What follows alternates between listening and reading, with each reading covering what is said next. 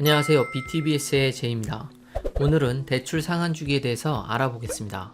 우선 시작하기 전 저번 시간의 키포인트를 다시 한번 짚고 넘어가겠습니다. 70만 불 하는 집을 다운 페이먼트 15%, 즉 10만 5천 불을 내고 나머지는 HSBC에서 1.99% 5년 픽스트 클로즈드로 모기지를 받아 계약을 진행한다면 결국 집은 70만 불이 아니라 모기지 보험료를 합친 후 가격인 71만 6,660불에 사는 것과 동일하다. 이것이 저번 시간의 키포인트였습니다. 그만큼 하이 레이시오 대출 상품의 이율은 낮지만 반드시 들어야 하는 대출 보험의 가격은 생각보다 큰 편이니까요. 이 부분 명심하고 결정하시기 바랍니다. 이제 오늘의 주제인 모기지 상한 주기에 대해 이야기해 보도록 하겠습니다. 가장 중요한 요소들은 저번 시간에 다 정했습니다. 이제 대출 상한 주기만 정하면 되는데요. 위클리, 바이위클리, 먼슬리 단어의 뜻만으로도 그 의미는 충분히 알겠는데 과연 이 세 가지의 방식은 내는 총액은 똑같은데 단지 대출을 갚는 횟수만 달라지는 걸까요? 아마 많은 분들이 계약 시점에 보통 이 질문을 가지고 계시지 않을까 생각합니다. 바로 저처럼요. 그래서 은행 담당자에게 어떤 주기를 선택해야 좋은지도 물어보고 주위에 있는 이민 선배들에게 또는 리얼터에게도 물어봤었죠. 대답은 거의 비슷하더군요. 이건 뭘 선택하든지 똑같아. 그러니까 아무거나 골라도 돼. 그런데 말로만 들은 그 내용들은 별로 믿음이 가지 않았습니다. 그래서 전 진짜 똑같은지를 데이터로 확인하고 싶었어요. 하지만 예전에는 제가 이것을 제대로 이해하지 못해서 해보지 못했는데요. 이번에 리뉴얼을 하면서 드디어 이것을 제대로 찾아보고 이해하면서 계산을 직접 해보았습니다. 그리고 오늘 여러분들에게 뭐가 어떻게 다른지 데이터로 보여드리겠습니다. 이 영상을 보신 후 어떤 주기를 선택하실지는 스스로 결정하시기 바랍니다. 참고로 대출 상한 주기는 대출 기간 중간중간에도 변경이 가능합니다. 자, 그럼 시작해 볼까요? 이번 영상에서도 저번 시간에 사용하던 예를 계속 이용하겠습니다. 그리고 제가 미리 CMHC 모기지 페이먼트 계산기를 통해서 상한 주기별로 매번 얼마씩 내야 하는지를 알아보았습니다.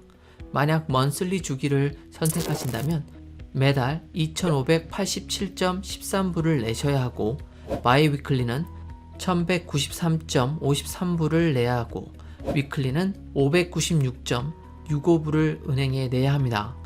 각 페이먼트 금액 안에는 이자와 원금이 특정 비율로 합쳐져 있습니다. 이자와 원금의 비율은 매번 달라지는데요. 보통 45대 55가 일반적입니다. 이 부분은 다음 영상에서 좀 더 자세히 알아보도록 하겠습니다. 이 세 가지 대출 상한 주기별 금액은 서로 환산하는 방식이 아주 간단합니다.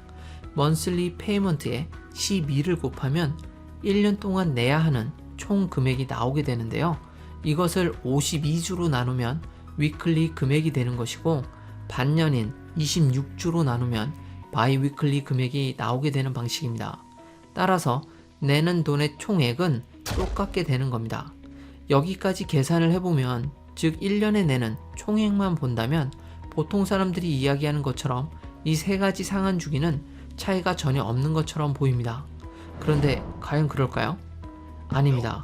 아주 작지만 차이는 있습니다. 먼슬리를 선택했을 경우 25년 대출 상한 기간까지 내는 총 이자 금액은 16만 4,479.34불이고 바이위클리는 16만 4,134.554불입니다. 그리고 위클리는 16만 3,986.82불입니다. 이상하죠? 분명히 매년 내는 총액은 똑같은데 보시는 것과 같이 은행에 내는 총 이자 금액은 조금씩 다르게 됩니다. 이 중에서 먼슬리와 위클리의 차이를 보면 약 492불이 되고 이것을 5년 계약 기간으로 나누어 보면 이번 계약 기간 동안 약 100불 정도가 세이빙이 되는 겁니다. 1년 내는 돈은 정확하게 동일하지만 나중에 대출 상한 주기에 따라 아주 작은 차이가 생기는 거죠. 정확히 이야기하자면 상한 기간이 조금씩 달라지게 되는 겁니다.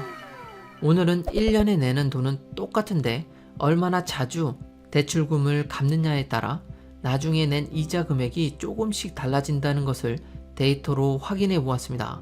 이제 여러분은 어떤 상환 방식을 선택하시겠나요? 결정은 여러분의 몫입니다.